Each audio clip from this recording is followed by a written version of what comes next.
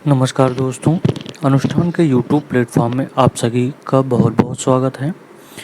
आज हम सभी सीटेट पेपर 2 में संभावित प्रश्नों के बारे में चर्चा करेंगे, जिसमें आज हम तीसरे चैप्टर की बात करेंगे जो क्लास 7th में है कि रेशों से वस्त्र तक। ठीक है, अब हम ध्यान देते हैं पहले क्वेश्चन की तरफ। पहला क्वेश्चन दिया गया है कि निम्नलिखित कथनों पर विचार कीजिए। पहला कथन है कि जंतुओं से प्राप्त किए जाने वाले रेशे क्या होते हैं? जांतों रेशे कहलाते हैं। रेशम के रेशे रेशम कीट के कोष से प्राप्त होते हैं। और तीसरा है भेड़ बकरी तथा याक ऊन देने वाले क्या होते हैं? जंतु होते हैं। तो उपयुक्त कथनों में से कौन सा कथन सही है?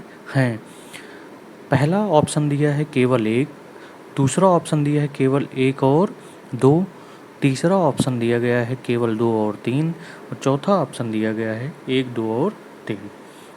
तो अगर क्वेश्चन को ध्यान से हम पढ़ें तो आप देखेंगे कि जंतुओं से प्राप्त किए जाने वाले रेशे को क्या कहते हैं? जांतों रेशे कहते हैं। सही है। रेशम के रेशे रेशम कीट के कोष से प्राप्त होते हैं। बिल्कुल सही है। और तीसरा है भेड़ बकरी तथा याक ऊन देने वाले जंतु हैं। तो आप अगर ऑप्शन देखेंगे तो जिसमें तीनों ऑप्शन होंगे एक, 2 और 3, वो सभी आपके सही जवाब होंगे। आगे की ओर बढ़ें और आगे हम क्वेश्चन देखें, क्वेश्चन नंबर दूसरा। ठीक है, और इसकी व्याख्या अगर हम समझें तो उपयुक्त सभी कथन सही हैं। जंतुओं से प्राप्त किए जाने वाले रेशे को क्या कहते हैं? जांतों रेशे कहते हैं। इनमें से रेशम के फाइबर किससे प्राप्त होते हैं? रेशम कीट के कोकून कोष से प्राप्त होते हैं तथा ऊन के रेशे भेड़ बकरी तथा याक के बालों से प्राप्त किए जाते हैं। आगे की ओर समझें और दूसरे क्वेश्चन की तरफ चलें। तो दूसरे हम क्वेश्चन को देखेंगे तो यहाँ पे बात ये समझ में आएगी कि हमें क्या सॉल्व करना है कि निम्नलिखित कथनों में से कौन सा या कौन से सही है। पहला कथन दिया गया है कि अंगोरा ऊन को अंगोरा नस्ल की बकरियों से प्राप्त किया जाता है। दूसरा कथन है कि अंगोरा नस्ल की बकरियां कहाँ पर पाई जाती हैं? कश्मीर के पहाड़ी क्षेत्रों में पाई जाती हैं। ठीक है। और तीसरा है कि पश्मीना शाल अंगोरा नस्ल की बकरियों की त्वचा पर उपस्थित मुलायम बालों से बनाई जाती है। ठीक है, तो इसका हम जवाब देखें क्या होगा। नीचे दिए गए कूट का प्रयोग करके सही उत्तर का चयन कीजिए। नीचे आपको ऑप्शन दिखाई दे रहे हैं। पहला ऑप्शन केवल 1 और 2 सही होंगे, दूसरा ऑप्शन केवल 2 सही होगा, तीसरा ऑप्शन केवल 1 और 3 सही होगा, या चौथा ऑप्शन केवल 3 सही होगा। तो अगर हम ध्यान से पढ़ें तो अंगोरा ऊन को अंगोरा नस्ल की बकरियों से प्राप्त किया जाता है। बिल्कुल सही है। अंगोरा नस्ल की बकरियां कश्मीर के पहाड़ी क्षेत्रों में पाई जाती हैं। बिल्कुल सही है। ठीक है, तो इसका मतलब आपका जो कथन सही होगा, कौन सा कथन सही होगा? ऑप्शन सही होगा, ऑप्शन नंबर केवल 1 और 2 सही जवाब होगा। ठीक है, आगे की ओर चलें। आगे हम देखेंगे क्वेश्चन नंबर 3, लेकिन उससे पहले हम दूसरे क्वेश्चन की व्याख्या हम देखेंगे।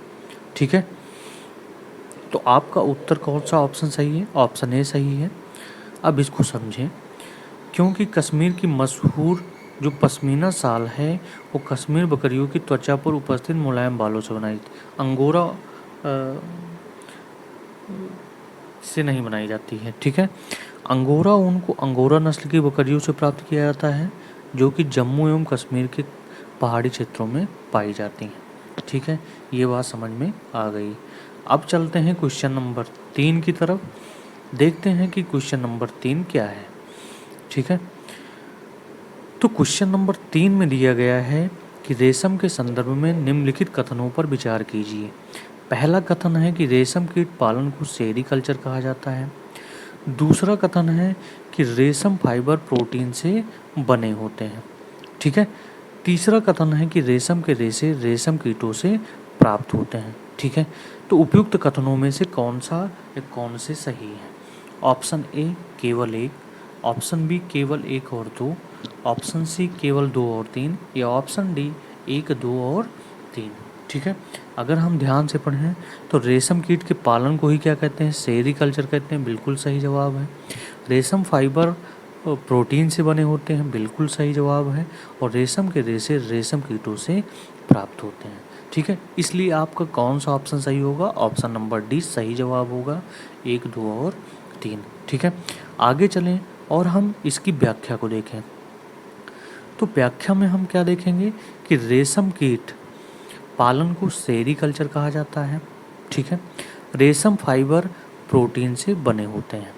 रेशम कीट रेशम के रेशों का एक आवरण कहाँ से बनाते हैं? कोकून बनाते हैं। कोकूनों को से रेशम से पृथक करके उनका संसाधन किया जाता है और फिर धागा बनाया जाता है।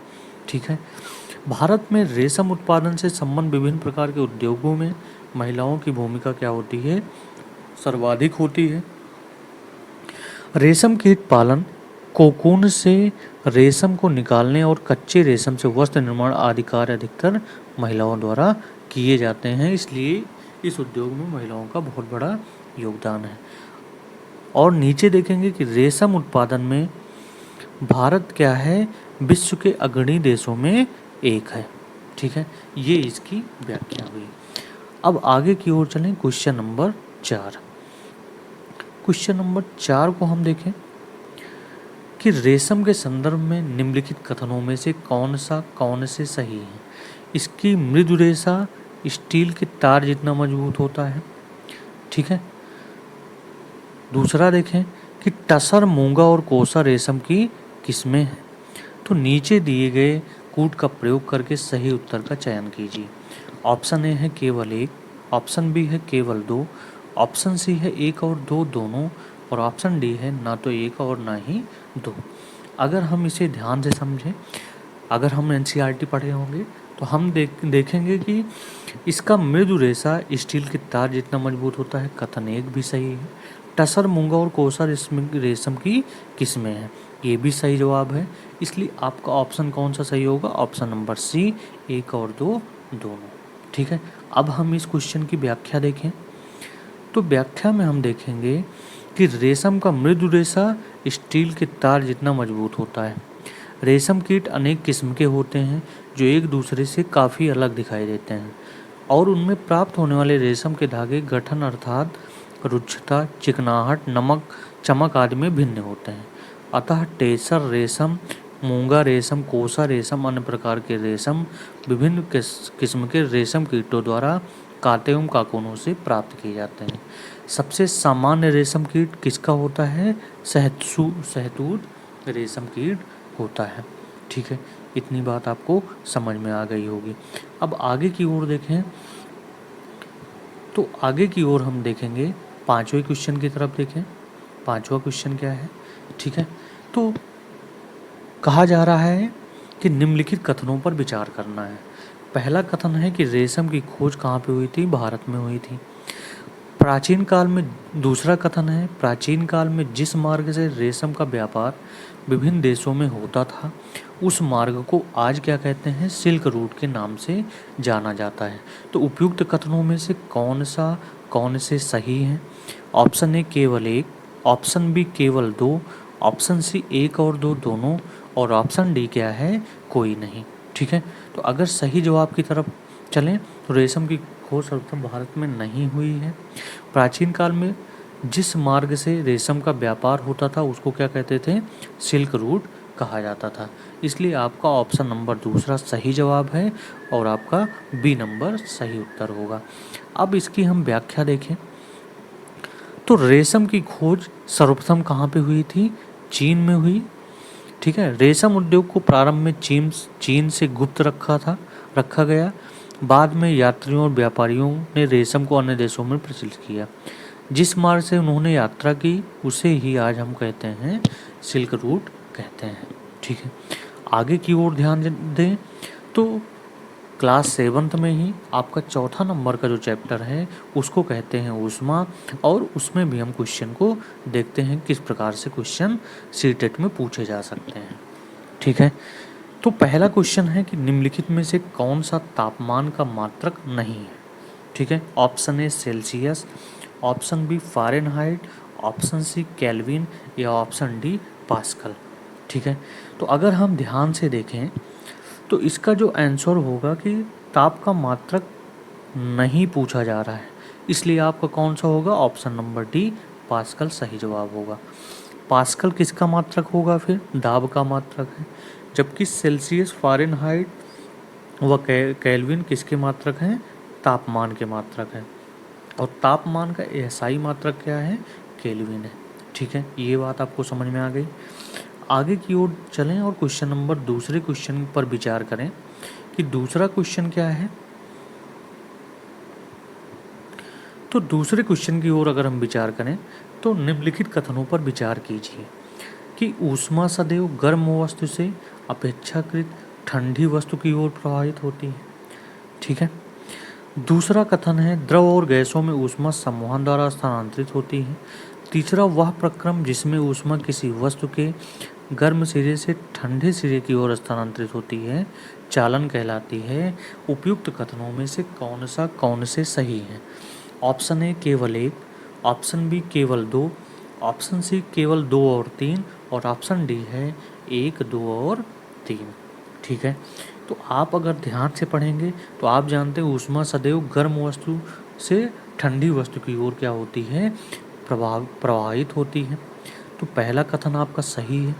दूसरा, द्रव और गैसों में ऊष्मा संवहन द्वारा, बिल्कुल सही बात है कि द्रव और गैसों में ऊष्मा संवहन द्वारा स्थानांतरित होती है। तीसरा है कि वस्तु किसी वस्तु के गर्म सिरे से ठंडे सिरे की ओर स्थानांतरित होती है तो उसे क्या कहते हैं? चालन कहते हैं। बिल्कुल सही कथन है, तो इसलिए आपका ऑप्शन सही होगा, ऑप्शन नंबर डी, 1, 2 और 3। अब हम व्याख्या की ओर देखें कि व्याख्या क्या है। तो व्याख्या में देखेंगे कि ऊष्मा सदैव गर्म वस्तु से अपेक्षाकृत ठंडी वस्तु की ओर प्रवाहित होती है। जब एक वस्तु से दूसरी वस्तु में ऊष्मा 3 प्रक्रमों द्वारा स्थानांतरित होती है। पहली चालन, दूसरी संवहन, तीसरा विकिरण। ठोसों में प्रायः ऊष्मा चालन एवं ठोसों में प्रायः क्या होता है? ऊष्मा चालन होता है। द्रवों तथा गैसों में संवहन होता है और विकिरण द्वारा ऊष्मा के स्थानांतरण के लिए किसी माध्यम की आवश्यकता नहीं होती है। ठीक है। तीसरा इसी में तथ्य दिया गया है कि वह प्रक्रम जिसमें ऊष्मा किसी वस्तु के गर्म सिरे से ठंडे सिरे की ओर स्थानांतरित होती है उसे कहते हैं चालन। ठीक है, अब आगे की ओर चलें, क्वेश्चन नंबर 3। ठीक है, क्वेश्चन नंबर 3 है मिलान करना है। ठीक है, तो अब मिलान करने में हम देखेंगे सूची एक तरफ दी गई है और सूची 2 दूसरी तरफ दी गई है। ये सूची 1 है, ये सूची 2 है। तो कह रहा है कि सहायता से सही उत्तर का चयन करें। सूची ए में दिया गया है कि थल समीर के बहने का समय। सूची ए में ही फर्स्ट में ही दिया गया है कि समुद्र समीर के बहने का समय। सूची फर्स्ट में ही दिया गया है कि गहरे रंग के कपड़े पहनने का समय। सूची डी दिया गया है कि हल्के रंग के कपड़े पहनने का समय। ठीक है, अब देखिए अगर हम इसको मिलान करना स्टार्ट करें तो गहरे रंग के कपड़े पहनने का समय कब होता है? शीत ऋतु में होता है। दूसरे कथन को मिला दें और डी को मिला दें पहले कथन की ओर। तो अगर ऑप्शन देखेंगे तो ऑप्शन डी में ये फर्स्ट है और सी में दूसरा कथन है। इसका मतलब जो आपका सही जवाब होगा वो ऑप्शन नंबर ए होगा। देख कर ही हम आंसर बता सकते हैं। ठीक है, समुद्र समीर के बहने का जो समय होता है वो क्या होता है? दिन होता है। और थल समीर के बहने का समय क्या होता है? रात होता है। तो इसलिए आपका ऑप्शन नंबर ए सही जवाब है। व्याख्या की ओर देखें तो व्याख्या अगर हम करें तो दिन के समय स्थल जल की अपेक्षा क्या होता है? शीघ्र गर्म होता है। तो स्थल के ऊपर की वायु गर्म होकर ऊपर उठती है। इसका स्थान लेने के लिए समुद्र की ओर से ठंडा वायु स्थल की ओर बहती है। चक्र को पूरा करने के लिए स्थल की ओर गर्म वायु समुद्र की ओर चलने लगती है और समुद्र की ओर से आने वाली ठंडी वायु को समुद्र समीर कहते हैं। ठीक है, समुद्र समीर की ठंडी वायु का लाभ लेने के लिए तटीय क्षेत्रों के भवनों की खिड़कियां समुद्र की ओर बनाई जाती हैं। रात्रि में यह प्रक्रम ठीक विपरीत हो जाता है। ठीक है, ये तो दिन की बात थी, दिन में होता था और रात्रि में यही प्रक्रम ठीक विपरीत होता है। क्या होता है कि समुद्र का जल स्थल की अपेक्षा धीमी गति से ठंडा होता है, इसलिए स्थल की ओर से ठंडी वायु समुद्र की ओर चलती है जिसे थल समीर कहते हैं। ठीक है, आगे की व्याख्या देखें कि गहरे रंग के पृष्ठ अपेक्षाकृत अधिक ऊष्मा क्या करते हैं? अवशोषित करते हैं, इसलिए सर्दियों में गहरे रंग के वस्त्र पहना जाता है। हल्के रंग के कपड़े ऊष्मीय विकिरण के अधिकांश भाग को क्या करते हैं, परावर्तित करते हैं, इसलिए गर्मियों में सफ़ेद या हल्के रंग के वस्त्र पहने जाते हैं। आगे अब समझें हम क्वेश्चन नंबर 4 कि निम्नलिखित कथनों पर अगर विचार करें। पहला कथन है डॉक्टरी थर्मामीटर का मापन स्केल 35 डिग्री सेल्सियस से 42 डिग्री सेल्सियस तक होता है। दूसरा कथन है कि डॉक्टरी थर्मामीटर में पारा का प्रयोग किया जाता है। ठीक है, तो उपयुक्त कथनों में से कौन से सही होंगे? ऑप्शन ए केवल एक, ऑप्शन बी केवल दो, ऑप्शन सी केवल एक और दो दोनों, और ऑप्शन डी है कोई नहीं। तो आप देखते हैं कि डॉक्टरी थर्मामीटर का जो पैमाना होता है वो 35 से 42 डिग्री तक होता है। ठीक है, दूसरा डॉक्टरी थर्मामीटर में क्या यूज किया जाता है, पारा, इसलिए आपका जो उपयुक्त कथन होगा वो ऑप्शन नंबर 1 और 2 दोनों सही होगा। ठीक है, अब हम व्याख्या देखें कि व्याख्या इस क्वेश्चन का क्या है। तो डॉक्टरी थर्मामीटर को केवल मानव शरीर का ताप मापने के लिए डिजाइन किया गया है और मानव शरीर का तापमान 37 डिग्री सेल्सियस होता है। ठीक है, तो इसीलिए जो तापमान का पैमाना है 35 डिग्री सेल्सियस से कम तथा 42 डिग्री सेल्सियस से अधिक नहीं होता। यही कारण है कि थर्मामीटर का परिसर 35 डिग्री सेल्सियस से 42 डिग्री सेल्सियस होता है। थर्मामीटर में पारे का प्रयोग करते हैं। पारा एक विषाक्त पदार्थ है। ठीक है, और इसका निपटान अत्यधिक कठिन है। आजकल अंकीय तापमापी डिजिटल थर्मामीटर उपलब्ध हैं जिनमें पारे का प्रयोग नहीं किया जाता। ठीक है, आगे की ओर समझें क्वेश्चन नंबर 5। क्वेश्चन नंबर 5वां देखें तो हम क्या देखेंगे कि निम्नलिखित कथनों पर विचार करना है। पहला, गहरे रंग की वस्तुएं हल्के रंग की वस्तुओं की अपेक्षा ऊष्मीय विकिरणों को क्या करती हैं, कम अवशोषित करती हैं। दूसरा, ऊनी वस्त्र सर्दियों में गर्म रहते हैं। इसका कारण यह है कि ऊन ऊष्मा रोधी है तथा इसके रेशों के बीच वायु फंसी रहती है। उपयुक्त कथनों में से कौन सा सत्य है?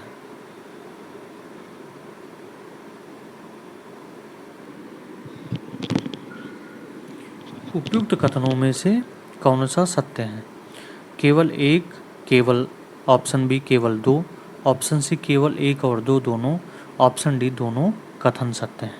ठीक है, तो इसका ऑप्शन अगर देखेंगे तो गहरे रंग की वस्तुएं हल्के रंग की वस्तुओं की अपेक्षा ऊष्मा विकिरणों को कम अवशोषित हैं, बिल्कुल गलत है।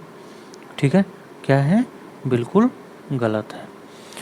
दूसरा है ऊनी वस्त्र सर्दियों में हमें गर्म रखते हैं। इसका कारण यह है कि ऊन क्या होते हैं, ऊष्मा रोधी होती हैं तथा इसके रेशों के बीच वायु फंसी रहती है। बिल्कुल सही जवाब। तो आपका कौन सा ऑप्शन सही होगा? Option number B. ठीक है, व्याख्या देखें कि गहरे रंग की वस्तुएं हल्के रंग की वस्तुओं की अपेक्षा ऊष्मीय विकिरण को ज़्यादा अवशोषित करती हैं। ठीक है, ऊनी वस्त्र हमें गर्म इसलिए रखते हैं क्योंकि ऊष्मा रोधी होते हैं तथा उसके रेशों के बीच वायु रहती है, जो कि सही जवाब है। आगे चलें क्वेश्चन नंबर 6।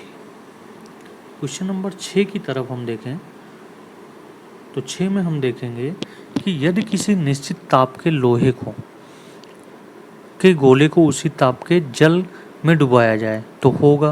पहला कथन, लोहे के ऊष्मा का अच्छा चालक होने की वजह से लोहे का गोला गर्म हो जाएगा।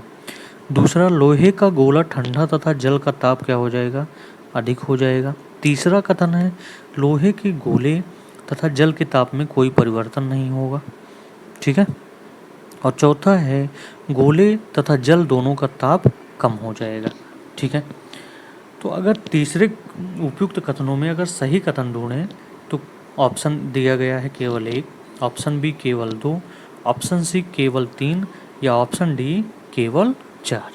तो अगर यहाँ पे कथन हम देखें तो लोहे को अगर उसी ताप के जल में डुबाया जाएगा तो लोहे के जल तथा जल के ताप में कोई भी परिवर्तन नहीं होगा। तो आपका ये क्वेश्चन कथन नंबर 3 सही होगा, इसलिए केवल यहाँ पे 3 सही होगा। ठीक है, ये समझ में आ गया होगा।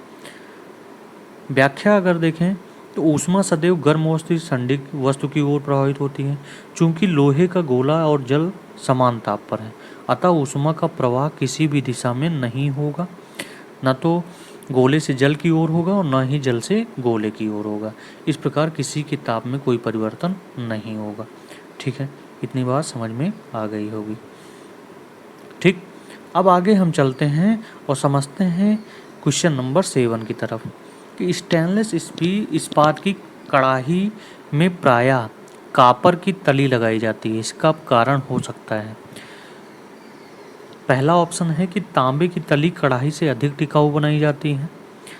दूसरा ऑप्शन है ऐसी कढ़ाई देखने में सुंदर होती है।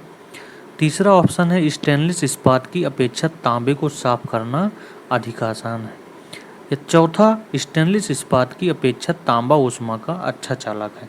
तो स्टेनलेस इस्पात की कढ़ाई के नीचे कॉपर या तांबे की तली लगाई जाती है, उसका मेन कारण है कि तांबा जो है ऊष्मा का अच्छा चालक है, सुचालक है। ठीक है, तो आप अगर ध्यान से देखेंगे तो ऑप्शन नंबर डी आपका सही जवाब होगा। आगे चलें, व्याख्या की ओर देखें कि स्टेनलेस इस्पात की अपेक्षा तांबा क्या होता है, ऊष्मा का अच्छा चालक या सुचालक होता है, जिसके कारण ऊष्मा बर्तन की तली में बेहतर तरीके से फैलती है और भोजन अच्छी तरह से पक जाता है। ठीक है, आगे चलें। तो आज का सेशन यहीं पर रखते हैं। इसके बाद हम अगला सेशन अम्ल क्षार एवं लवण से स्टार्ट करेंगे, जिसका क्वेश्चन बहुत ही ज़्यादा पूछा जाता है।